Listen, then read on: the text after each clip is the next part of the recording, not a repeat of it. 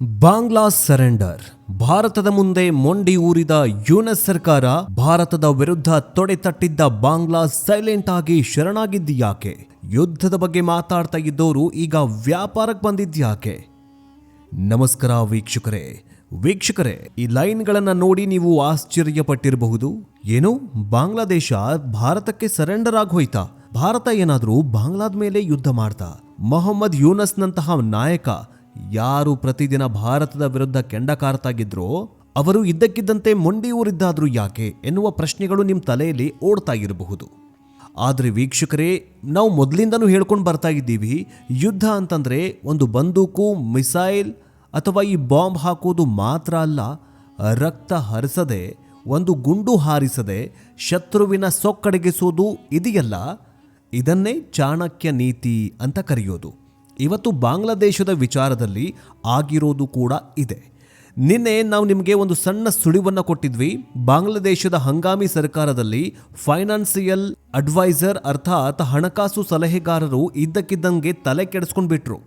ಅದರಲ್ಲೂ ಸಲಾಹುದ್ದೀನ್ ಅಹಮ್ಮದ್ ಅನ್ನುವಂತಹ ಹಣಕಾಸು ಸಚಿವ ಒಂದು ಸ್ಫೋಟಕ ಹೇಳಿಕೆಯನ್ನು ನೀಡ್ತಾನೆ. ಆದರೆ ಅದು ಕೇವಲ ಒಂದು ಹೇಳಿಕೆಯಾಗಿರಲ್ಲ, ಅದು ಇವತ್ತಿನ ಬಾಂಗ್ಲಾದೇಶದ ಅಸಹಾಯಕತೆಯ ಪರಮಾವಧಿ. ಅದು ಭಾರತದ ಶಕ್ತಿಯ ದ್ಯೋತಕ.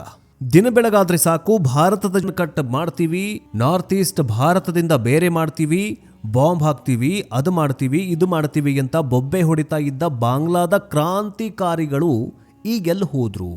ಭಾರತದ ಸ್ನೇಹ ಬೇಡ ಅಂತ ರಂಪಾಟ ಮಾಡ್ತಾ ಇದ್ದ ಯೂನಸ್ ಸರ್ಕಾರ ಈಗ ದಿಢೀರಂತ ಭಾರತ ನಮ್ಮ ಬೆಸ್ಟ್ ಫ್ರೆಂಡ್ ಅಂತ ರಾಗ ಬದಲಿಸ್ಬಿಟ್ಟಿದೆ. ಅದು ಯಾಕೆ? ಅಸಲಿಗೆ ಬಾಂಗ್ಲಾದೇಶಕ್ಕೆ ಭಾರತವನ್ನು ಬಿಟ್ಟು ಬದುಕುವ ತಾಕತ್ತೇ ಇಲ್ವಾ? ಯುದ್ಧದ ಮಾತು ಬಿಟ್ಟು ಕನಿಷ್ಠ ವ್ಯಾಪಾರ ನಿಲ್ಲಿಸಿ 1 ತಿಂಗಳು ಬಾಂಗ್ಲಾ ಜನರು ಬದುಕಬಲ್ರ? ಈ ವಿಡಿಯೋದಲ್ಲಿ ಅಂಕಿಅಂಶ ಸಮೇತ ಎಕನಾಮಿಕ್ ರಿಯಾಲಿಟಿ ಚೆಕ್ ಮಾಡೋಣ. ಬಾಂಗ್ಲಾದೇಶ 1 ತಿಂಗಳು ಬಿಡಿ, ಬಾಂಗ್ಲಾದೇಶಕ್ಕೆ ನಾವು ಏನನ್ನೂ ಸಪ್ಲೈ ಮಾಡದೆ, ಒಂದು ಬಂದೂಕಿನಲ್ಲಿರೋ ಒಂದು ಗುಂಡು ಹಾರಿಸದೆ ಬಾಂಗ್ಲಾದೇಶಕ್ಕೆ ಹೇಗೆ ಬುದ್ಧಿ ಕಲಿಸಬಹುದು? ಒಂದು ದಿನ ನಾವು ಅನ್ನ, ನೀರು, ಪೆಟ್ರೋಲ್, ಡೀಸೆಲ್ ಸಪ್ಲೈ ಮಾಡಲಿಲ್ಲ ಅಂತಂದ್ರೆ 1 ದಿನ ಬಿಡಿ, 1 ಕ್ಷಣನೂ ಕೂಡ ಇರೋದಕ್ಕಾಗೋದಿಲ್ಲ.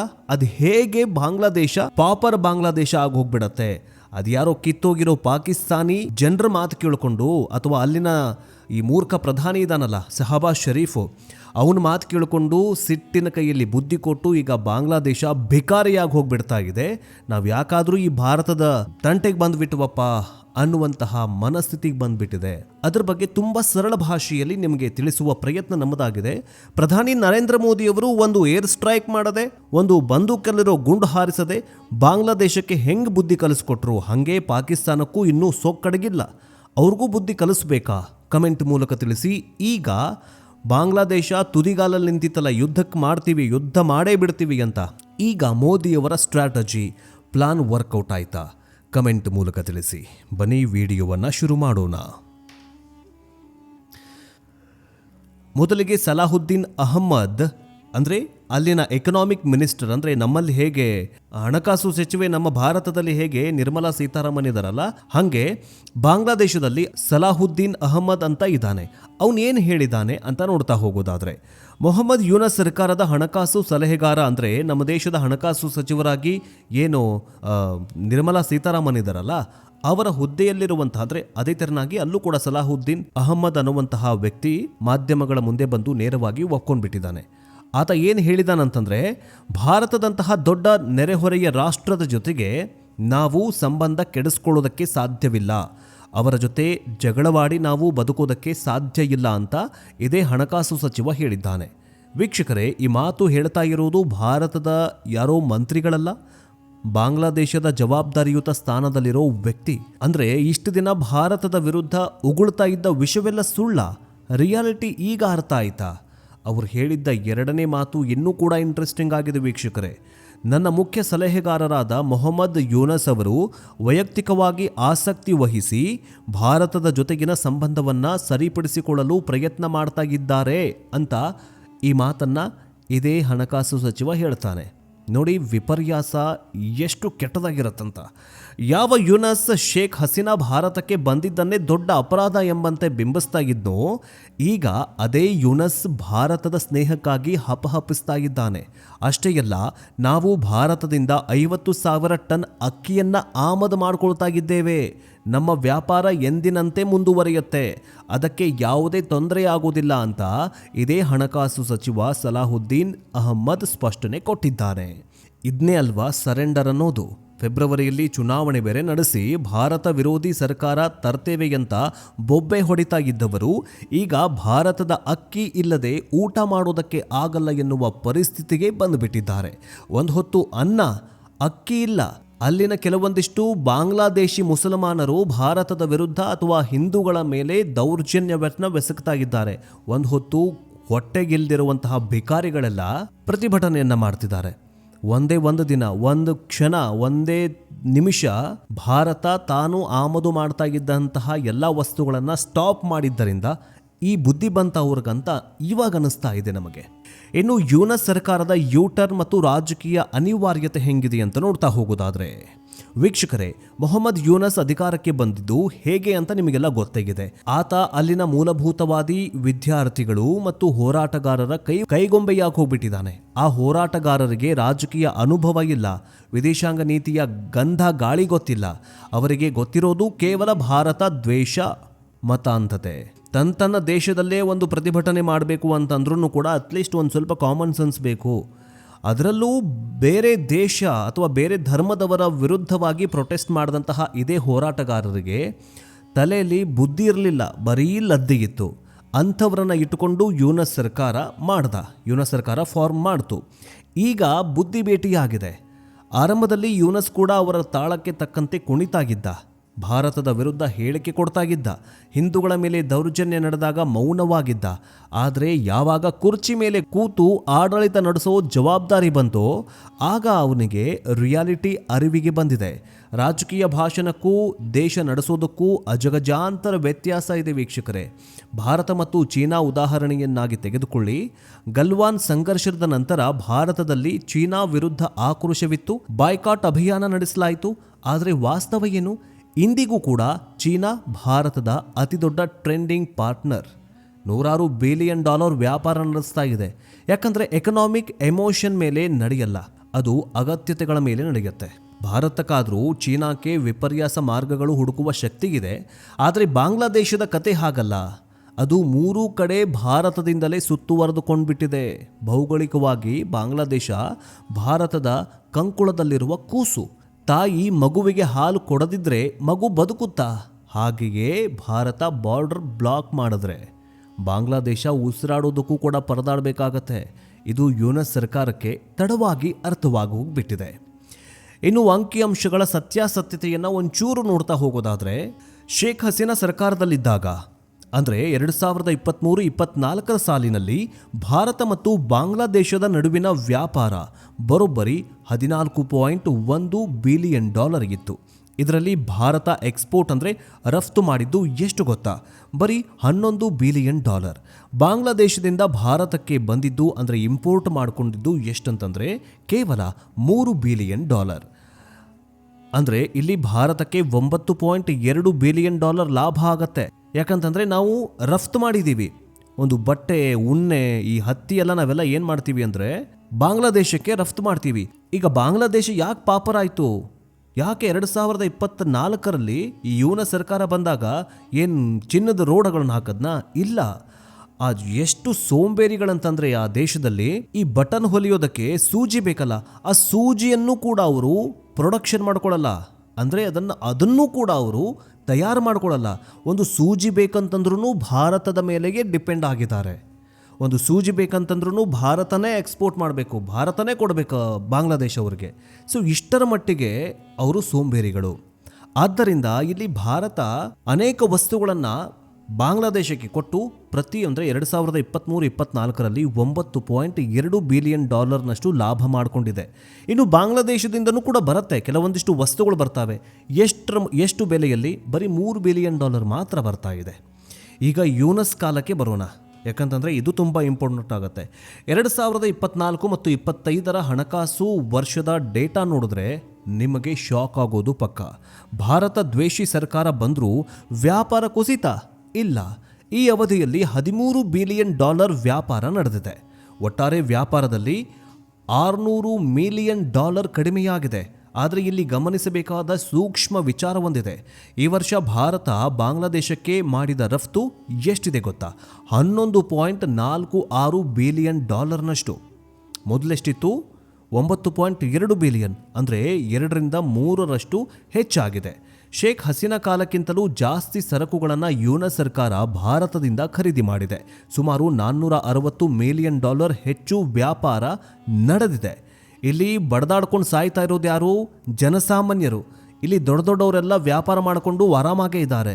ಯುಎಸ್ ಸರ್ಕಾರ ಈಗ ನೋಡಿ, ಶೇಖ್ ಹಸೀನಾ ಸರ್ಕಾರ ಭಾರತದ ಮೇಲೇ ಜಾಸ್ತಿ ಡಿಪೆಂಡ್ ಆಗಿದೆ ಅಂತ ಹೇಳಿಕೊಂಡು ಒಂದು ಧ್ವಜ ಹಿಡ್ಕೊಂಡು ಪ್ರೊಟೆಸ್ಟ್ ಮಾಡ್ತಾ ಇದ್ರು. ಅವ್ರನ್ನ ಕೆಡವಿ ಯುಎಸ್ ಸರ್ಕಾರ ಬಂತು. ನೋಡಿ, ಇಂಡಿಪೆಂಡೆಂಟ್ ದೇಶ ಮಾಡ್ತೀನಿ ಅಂತ ಯುಎಸ್ ಸರ್ಕಾರ ಕಿತ್ತೋಗಿರೋ ಯಾವುದೋ ಸಂಘಟನೆಗಳನ್ನು ಇಟ್ಟುಕೊಂಡು, ಬಾಂಗ್ಲಾದೇಶದ ಸಂಘಟನೆಗಳನ್ನು ಇಟ್ಟುಕೊಂಡು ಸರ್ಕಾರ ಮಾಡ್ತಾನೆ. ಸರ್ಕಾರ ಮಾಡಿದ ನಂತರ ಏನಾದರೂ ಭಾರತದ ಮೇಲೆ ಇಫೆಕ್ಟ್ ಆಯಿತಾ? ಇಲ್ಲ, ವ್ಯಾಪಾರ ಮತ್ತಷ್ಟು ಜಾಸ್ತಿ ಆಯಿತು. ಅದೇ ಸಮಯದಲ್ಲಿ, ಅಂದರೆ ಈ ಯುಎಸ್ ಸರ್ಕಾರದ ಸಮಯದಲ್ಲಿಯೇ ಭಾರತ ಬಾಂಗ್ಲಾದೇಶದಿಂದ ತರಿಸ್ಕೊಳ್ತಾ ಇದ್ದದ್ದು ಕಡಿಮೆ ಮಾಡಿಬಿಡ್ತು. ಯಾಕಂತಂದರೆ ಕಳೆದ ವರ್ಷ ಅಂದರೆ 2023ರಲ್ಲಿ ಬರೀ $3 ಬಿಲಿಯನ್ ಎಕ್ಸ್ಪೋರ್ಟ್ ಮಾಡ್ಕೊಂಡ್ಬಿಟ್ಟಿತ್ತು ಬಾಂಗ್ಲಾದೇಶದಿಂದ. ಈಗ ಅದನ್ನು ಕಮ್ಮಿ ಮಾಡ್ಕೊಂಡ್ಬಿಡ್ತು. ಕಾರಣ ಏನಂತಂದರೆ, ನೀವು ಬಾಂಗ್ಲಾದೇಶದಲ್ಲಿ ಹಿಂದೂಗಳಿಗೆ ನೀವು ಕರೆಕ್ಟಾಗಿರೋ ಸ್ವಾತಂತ್ರ್ಯವನ್ನು ಕೊಡ್ತಾ ಇಲ್ಲ, ಅವರನ್ನು ಕರೆಕ್ಟಾಗಿ ನೋಡ್ಕೊಳ್ತಿಲ್ಲ, ಹಿಂದೂಗಳನ್ನು ನೀವೆಲ್ಲ ಸಾಯಿಸಿಬಿಡ್ತಿದ್ದೀರಾ, ದೌರ್ಜನ್ಯ ಮಾಡ್ತಿದ್ದೀರಾ ಅಂತ ಭಾರತ ಸ್ಟಾಪ್ ಮಾಡಿಬಿಡ್ತು. ಆದರೆ ಬಾಂಗ್ಲಾದೇಶ ಸ್ಟಾಪ್ ಮಾಡಲ್ವಲ್ಲ. ಸ್ಟಾಪ್ ಮಾಡಿದ್ರೆ ದೇಶನೇ ಮಾರಬೇಕಲ್ಲ. ಇದರರ್ಥ ಭಾರತ ವಿರೋಧಿ ಸರ್ಕಾರ ಇದ್ದರೂ ಅವರು ಭಾರತದ ವಸ್ತುಗಳನ್ನು ಕೊಂಡುಕೊಳ್ಳೋದನ್ನು ನಿಲ್ಲಿಸಲು ಆಗೋದಿಲ್ಲ. ಬದಲಿಗೆ ಅವರ ಅವಲಂಬನೆ ಜಾಸ್ತಿ ಆಗಿದೆ. ಇನ್ನು ಬಾಂಗ್ಲಾದೇಶ ಭಾರತದ ಮೇಲೆ ಯಾಕೆಷ್ಟು ಡಿಪೆಂಡ್ ಆಗಿದೆ ಅನ್ನುವಂತಹ ಪ್ರಶ್ನೆ ಮೂಡೋದು ಸಹಜ. ಯಾಕಂತಂದರೆ ಕಳೆದ 2023ರಲ್ಲಿ $9 ಬಿಲಿಯನ್ ಅಂತ ಹೇಳಿದ್ರಿ, 24ರಲ್ಲಿ 25ರಲ್ಲಿ $11 ಬಿಲಿಯನ್ ಎಕ್ಸ್ಪೋರ್ಟ್ ಮಾಡ್ಕೊಳ್ತಿದೆ. ಅಂದರೆ ನಮಗೆಷ್ಟು ಲಾಭ ಆಗ್ತಾ ಇದೆ, ಅವ್ರು ಯಾಕೆ ಅಷ್ಟೊಂದು ನಮ್ಮ ಮೇಲೆ ಡಿಪೆಂಡ್ ಆಗಿದ್ದಾರೆ ಅಂತ ನೋಡ್ತಾ ಹೋಗೋದಾದರೆ ಇಲ್ಲಿಗೆ ಇದೆ ಎಕನಾಮಿಕ್ಸ್ ಮ್ಯಾಜಿಕ್. ಬಾಂಗ್ಲಾದೇಶ ಭಾರತದಿಂದ ಏನೆಲ್ಲ ತರಿಸ್ಕೊಳತ್ತೆ ಅಂತಂದರೆ ಹತ್ತಿ ಅಂದರೆ ಕಾಟನ್, ಯಂತ್ರೋಪಕರಣಗಳು, ವಾಹನಗಳು, ಆರ್ಗ್ಯಾನಿಕ್ ಕೆಮಿಕಲ್ಸ್ಗಳು, ಹಣ್ಣು ತರಕಾರಿ ಮತ್ತು ಆಹಾರ ಧಾನ್ಯಗಳು. ಅದರಲ್ಲಿ ಪ್ರಮುಖವಾದದ್ದು ಅಕ್ಕಿ, ಈರುಳ್ಳಿ, ಬೆಳ್ಳುಳ್ಳಿ ಇಂತಹ ಸಾಂಬಾರು ಪದಾರ್ಥಗಳನ್ನು ಭಾರತದಿಂದ ಬಾಂಗ್ಲಾದೇಶ ಇಂಪೋರ್ಟ್ ಮಾಡ್ಕೊಳ್ಳುತ್ತೆ. ಈಗ ಅವರ ಎಕನಾಮಿಯ ಬೆನ್ನೆಲುಬು ನೋಡೋಣ. ಬಾಂಗ್ಲಾದೇಶ ಆರ್ಥಿಕತೆ ನಿಂತಿರೋದೇ ಗಾರ್ಮೆಂಟ್ ಇಂಡಸ್ಟ್ರಿ ಅರ್ಥಾತ್ ಜವಳಿ ಉದ್ಯಮದ ಮೇಲೆ. ಇವತ್ತು ಜಗತ್ತಲ್ಲಿ ಚೀನಾ ಬಿಟ್ಟರೆ ಅತಿ ದೊಡ್ಡ ಹತ್ತಿ ಬಟ್ಟೆ ರಫ್ತು ಮಾಡೋದು ಬಾಂಗ್ಲಾದೇಶ. ಅವರ ಒಟ್ಟು ರಫ್ತಿನಲ್ಲಿ 85% ಪಾಲು ಬರೋದು ಬಟ್ಟೆ ವ್ಯಾಪಾರದಿಂದಲೇ, ಸುಮಾರು $45-50 ಬಿಲಿಯನ್. ಈ ಬಟ್ಟೆ ತಯಾರಿಸೋದಕ್ಕೆ ಅವರಿಗೆ ಏನು ಬೇಕು? ಹತ್ತಿ, ಕಾಟನ್ ಬೇಕು. ಬಾಂಗ್ಲಾದೇಶ ಚಿಕ್ಕ ದೇಶ, ಅಲ್ಲಿ ಹತ್ತಿ ಬೆಳೆಯೋದಕ್ಕೆ ಜಾಗ ಇಲ್ಲ. ಹಾಗಾದರೆ ಹತ್ತಿ ಎಲ್ಲಿಂದ ಬರಬೇಕು? ಇದೇ ಪಕ್ಕದಲ್ಲೇ ಇರುವಂತಹ ಜಗತ್ತಿನ ಅತಿದೊಡ್ಡ ಹತ್ತಿ ಬೆಳೆಗಾರರಾಗಿರುವಂತಹ ಭಾರತದಿಂದಲೇ ಬರಬೇಕು. ಇನ್ನು ಭಾರತದಿಂದ ಹತ್ತಿ ಹೋದರೆ ಏನಾಗುತ್ತೆ? ಅತಿ ಕಡಿಮೆ ದರ, ಟ್ರಾನ್ಸ್ಪೋರ್ಟ್ ಖರ್ಚು ತೀರಾ ಕಡಿಮೆ ಇರುತ್ತೆ. ಯಾಕಂತಂದರೆ ರಸ್ತೆನೋ ಅಥವಾ ರೈಲು ಮಾರ್ಗದಲ್ಲಿಯೋ ಹೋಗುತ್ತೆ. ವೇಗ ಬೇಕಾದಾಗ ತರಿಸ್ಕೊಳ್ಬಹುದು, ಯಾಕಂತಂದರೆ ಅಲ್ಲಿ ಹತ್ರ ಇದೆ. ಬಾಂಗ್ಲಾದೇಶಕ್ಕೆ ಭಾರತದ ಮೇಲೆ ಡಿಪೆಂಡ್ ಆಗ್ತಾ ಇದೆ. ಒಂದು ವೇಳೆ ಈ ಬಾಂಗ್ಲಾದೇಶ ಭಾರತದ ಜೊತೆ ಜಗಳವಾಡಿ ನಿಮ್ಮ ಹತ್ತಿ ಬೇಡ ಅಂತ ಚೀನಾ ಅಥವಾ ಅಮೆರಿಕಾದಿಂದ ತರಿಸ್ಕೊಳ್ಳೋದಕ್ಕೆ ಹೋದರೆ ಏನಾಗುತ್ತೆ? ಶಿಪ್ಪಿಂಗ್ ಚಾರ್ಜ್ ಡಬಲ್ ಆಗುತ್ತೆ.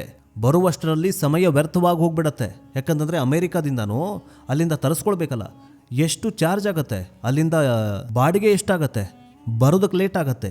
ಇದರಿಂದ ತಯಾರಿಸುವಂತಹ ಬಟ್ಟೆಯ ಬೆಲೆ ಜಾಸ್ತಿ ಆಗುತ್ತೆ. ಬೆಲೆ ಜಾಸ್ತಿ ಆದರೆ ಅಂತಾರಾಷ್ಟ್ರೀಯ ಮಾರುಕಟ್ಟೆಯಲ್ಲಿ ವಿಯೆಟ್ನಾಂ ಮತ್ತು ಭಾರತ ಜೊತೆ ಸ್ಪರ್ಧಿಸೋದಕ್ಕೆ ಅವ್ರಿಗೆ ಆಗೋದಿಲ್ಲ. ಅಂತಿಮವಾಗಿ ಅವರು ಗಾರ್ಮೆಂಟ್ಸ್ ಫ್ಯಾಕ್ಟ್ರಿಗಳನ್ನು ಮುಚ್ಚಬೇಕಾಗತ್ತೆ. ಲಕ್ಷಾಂತರ ಜನ ಕೆಲಸ ಕಳೆದುಕೊಳ್ತಾರೆ. ಕೆಲಸ ಕಳ್ಕೊಂಡಂತಹ ಯುವಕರು ಈ ಥರ ಪೊರ್ಕಿಗಳ ಥರ ಒಂದು ಸಂಘಟನೆನೋ ಏನೋ ಮಾಡಿಕೊಂಡು ಬೆಂಕಿ ಹಚ್ಚಿಬಿಡ್ತಾರೆ. ಬೆಂಕಿ ಹಚ್ಚಿದ್ರೆ ಇಡೀ ಬಾಂಗ್ಲಾದೇಶವನ್ನೇ ಮಾರಬೇಕು. ಯಾರಿಗೆ ಮಾರಬೇಕು? ಪಾಕಿಸ್ತಾನನೂ ತೊಗೊಳ್ಳಲ್ಲ, ಚೀನಾನೂ ತೊಗೊಳ್ಳಲ್ಲ, ಮತ್ತು ಭಾರತದ ಹತ್ರನೇ ಬರಬೇಕು. ಅಂದರೆ ಭಾರತದ ಹತ್ತಿ ಎನ್ನುವುದು ಬಾಂಗ್ಲಾದೇಶದ ಪಾಲಿಗೆ ಕೇವಲ ಸರಕಲ್ಲ, ಅದು ಅವರ ಉಸಿರಾಗಿದೆ. ನಾವು ಹತ್ತಿ ನಿಲ್ಲಿಸಿದರೆ ಅವರ ಆರ್ಥಿಕತೆ ICUಗೆ ಹೋಗ್ಬಿಡತ್ತೆ. ಕೇವಲ ಹತ್ತಿ ಮಾತ್ರವಲ್ಲ, ತಿನ್ನುವ ಈರುಳ್ಳಿ, ಆಲೂಗಡ್ಡೆ, ಟೊಮೆಟೊ ಕೂಡ ಭಾರತದಿಂದಲೇ ಹೋಗಬೇಕು. ಇಲ್ಲದಿದ್ರೆ ಅಲ್ಲಿ ಬೆಲೆ ಗಗನಕ್ಕೇರ್ಬಿಡತ್ತೆ. 17 ಕೋಟಿಗೂ ಅಧಿಕ ಜನಸಂಖ್ಯೆ ಇರುವಂತಹ, ಅಂದರೆ ರಷ್ಯಾ ದೇಶಕ್ಕಿಂತ ಹೆಚ್ಚು ಜನಸಂಖ್ಯೆ ಇದೆ. ಆ ಪುಟ್ಟ ದೇಶಕ್ಕೆ ಅನ್ನ ಹಾಕೋದು ಸುಲಭದ ಮಾತಲ್ಲ. ಇನ್ನು ಬಾಂಗ್ಲಾದೇಶದ ಕಣ್ಣ ಮುಂದೆ ಪಾಕಿಸ್ತಾನದ ಉದಾಹರಣೆಗಿದೆ.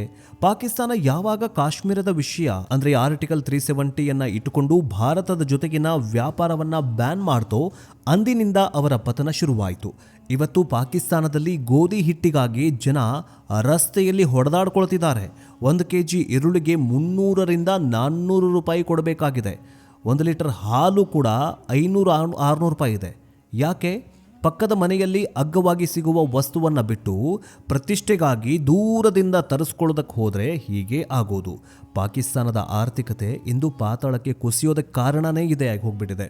ನಾನು ಪ್ರತಿಷ್ಠೆ, ಭಾರತದಿಂದ ನಾನು ಈರುಳ್ಳಿ ಇಂಪೋರ್ಟ್ ತರಿಸ್ಕೊಳ್ಳಲ್ಲ ಅಂತಂದರೆ ಹೋಗಿ ಅಮೆರಿಕದಿಂದ ತರಿಸ್ಕೊಳ್ಳೋದಕ್ಕೆ ಹೋದಾಗ ಅದರ ಬಾಡಿಗೆ ಏನಾಗುತ್ತೆ, ತರಿಸ್ಕೊಳ್ಳೋ ಬಾಡಿಗೆ ಏನಾಗುತ್ತೆ, ಅಲ್ಲಿಂದ ಇಲ್ಲಿಗೆ ಬರಬೇಕಲ್ಲ, ಅವಾಗ ಟೈಮ್ ವೇಸ್ಟ್ ಆಗುತ್ತೆ. ಅಷ್ಟರಲ್ಲಿ ಜನ ಇಲ್ಲಿ ಸಾಯ್ತಾ ಇರ್ತಾರೆ. ಸೊ ಹೀಗಾಗಿ ಪಾಕಿಸ್ತಾನದ ಆರ್ಥಿಕತೆ ಬುಡಮೇಲಾಗಿದ್ದು ಪಾತಾಳಕ್ಕಿಳಿದಿದ್ದು ಇದೇ ಕಾರಣಕ್ಕಾಗಿ. ಅದಕ್ಕೋಸ್ಕರ ಬಾಂಗ್ಲಾದೇಶದ ಬುದ್ಧಿವಂತಿಕೆಗೆ ಇದು ಅರ್ಥವಾಗಿ ಹೋಗ್ಬಿಟ್ಟಿದೆ. ಅರ್ಥಾತ್ ಸಲಾಹುದ್ದೀನ್ ಅಹಮದ್ ಏನು ಹಣಕಾಸು ಸಚಿವ ಇದ್ದಾರಲ್ಲ, ಅವ್ರಿಗೆ ಬುದ್ಧಿ ಬಂದ್ಬಿಟ್ಟಿದೆ, ತಲೆಗೆ ಬಂದ್ಬಿಟ್ಟಿದೆ. ಭಾರತದೊಂದಿಗೆ ನಾವೇನಾದರೂ ಜಗಳ ಆಡ್ಕೊಂಡ್ರೆ ನಮಗೂ ಪಾಕಿಸ್ತಾನದ ಪರಿಸ್ಥಿತಿನೇ ಆಗತ್ತೆ. ಪಾಕಿಸ್ತಾನದಲ್ಲಿ 47 ಕೋಟಿ ಜನ ಇದ್ದಾರೆ, ನಮ್ಮದಲ್ಲಿ ಬರೀ 17 ಕೋಟಿ ಜನ ಇದ್ದಾರೆ. ಮೊದಲೇ ನಮ್ಮದು ಪುಟ್ಟ ರಾಷ್ಟ್ರ, ನಾವೇನು ಬೆಳೆಯೋಕ್ಕಾಗಲ್ಲ, ಏನಿಲ್ಲ. ಭಾರತ ಬಿಟ್ಟರೆ ನಮ್ಮ ಹತ್ರ ಮತ್ತೇನೂ ಇಲ್ಲ. ಯಾಕಂತಂದರೆ ಭಾರತ ನಮ್ಮನ್ನು 3 ಕಡೆಯಿಂದ ಸುತ್ತುವರೆದು ಬಿಟ್ಟಿದೆ ಅಂತ ಯುಎನ್ ಸರ್ಕಾರಕ್ಕೆ ತುಂಬ ಲೇಟಾಗಿ ಅರ್ಥವಾಗಿ ಹೋಗ್ಬಿಟ್ಟಿದೆ.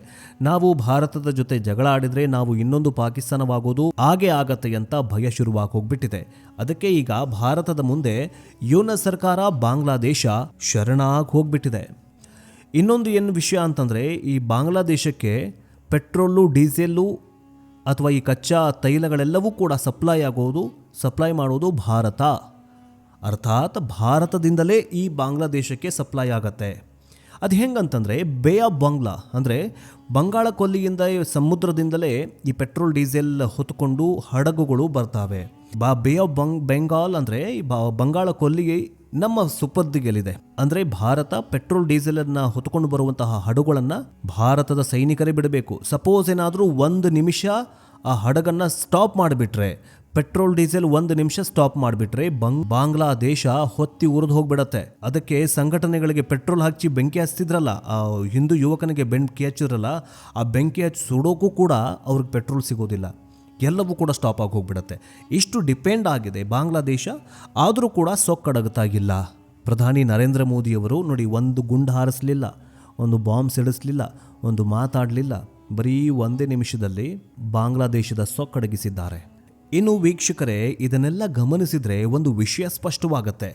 ಯುದ್ಧ ಮಾಡದೇ ಕೇವಲ ಆರ್ಥಿಕ ಮತ್ತು ಭೌಗೋಳಿಕ ಹಿಡಿತದ ಮೂಲಕ ಭಾರತ ಬಾಂಗ್ಲಾದೇಶವನ್ನು ದಾರಿಗೆ ತರ್ತಾ ಇದೆ. ಮೊಹಮ್ಮದ್ ಯೂನಸ್ ಎಷ್ಟೇ ಹೋರಾಡಿದ್ರೂ ಕೊನೆಗೆ ಅವರು ದೆಹಲಿಯ ಕಡೆಗೆ ಮುಖ ಮಾಡಬೇಕು. ಇವತ್ತು ಅವರು ಅಕ್ಕಿ ಕೇಳ್ತಾ ಇದ್ದಾರೆ, ಹತ್ತಿ ಕೇಳ್ತಿದ್ದಾರೆ, ನಾವು ಕೊಡ್ತಾ ಇದ್ದೇವೆ. ಯಾಕಂದರೆ ನಾವು ವಸುಧೈವಕ ಕುಟುಂಬಕಂ ತತ್ವವನ್ನು ನಂಬಿದವರು. ಆದರೆ ಅದರ ಅರ್ಥ ಭಾರತ ದೌರ್ಬಲ್ಯ ತೋರ್ತಾ ಇದೆ ಅಂತಲ್ಲ. ಮಗು ಹೊತ್ತಾಗ ತಾಯಿ ಹಾಲು ಕೊಡ್ತಾಳೆ, ಆದರೆ ಮಗು ತೀರಾ ಹಠ ಮಾಡಿದ್ರೆ ಅದೇ ತಾಯಿ ಕಪಾಳಕ್ಕೂ ಕೂಡ ಹೊಡಿತಾಳೆ. ಭಾರತ ಈಗ ಆ 2ನೇ ಹಂತಕ್ಕೆ ಸಿದ್ಧವಾಗಿದೆ. ಬಾಂಗ್ಲಾದೇಶಕ್ಕೆ ಈಗ ರಿಯಾಲಿಟಿ ಅರ್ಥವಾಗಿದೆ. ಭಾರತವಿಲ್ಲದೆ ನಮ್ಮ ಉಳಿವು ಇಲ್ಲ ಎಂಬ ಸತ್ಯ ಅವರಿಗೆ ಮನವರಿಕೆಯಾಗಿದೆ. ಅದಕ್ಕೆ ಈ ಸರೆಂಡರ್ ಪರ್ವ ಶುರುವಾಗಿದೆ. ನಿಮಗೇನನ್ಸುತ್ತೆ ವೀಕ್ಷಕರೇ? ಭಾರತ ಬಾಂಗ್ಲಾದೇಶಕ್ಕೆ ಅಕ್ಕಿ, ಹತ್ತಿ ಕೊಟ್ಟು ಸಹಾಯ ಮಾಡಿದ್ದು ಸರಿನಾ, ಅಥವಾ ಪಾಕಿಸ್ತಾನದಂತೆ ಅವ್ರಿಗೂ ಕೂಡ ಬುದ್ಧಿ ಬರೋವರೆಗೂ ಕಾಯಬೇಕಿತ್ತಾ? ನಿಮ್ಮ ಅನಿಸಿಕೆ ಏನು ಅಂತ ಕಮೆಂಟ್ ಮೂಲಕ ತಿಳಿಸಿ. ಮುಂದಿನ ಅಪ್ಡೇಟ್ನೊಂದಿಗೆ ಬೇಗ ವಾಪಸ್ ಬರ್ತೀವಿ. ನೋಡ್ತಾ ಇರಿ ಡಿಜಿಟಲ್ ನ್ಯೂಸ್ ಕನ್ನಡ. ಜೈ ಹಿಂದ್, ಜೈ ಕರ್ನಾಟಕ, ವಂದೇ ಮಾತರಂ.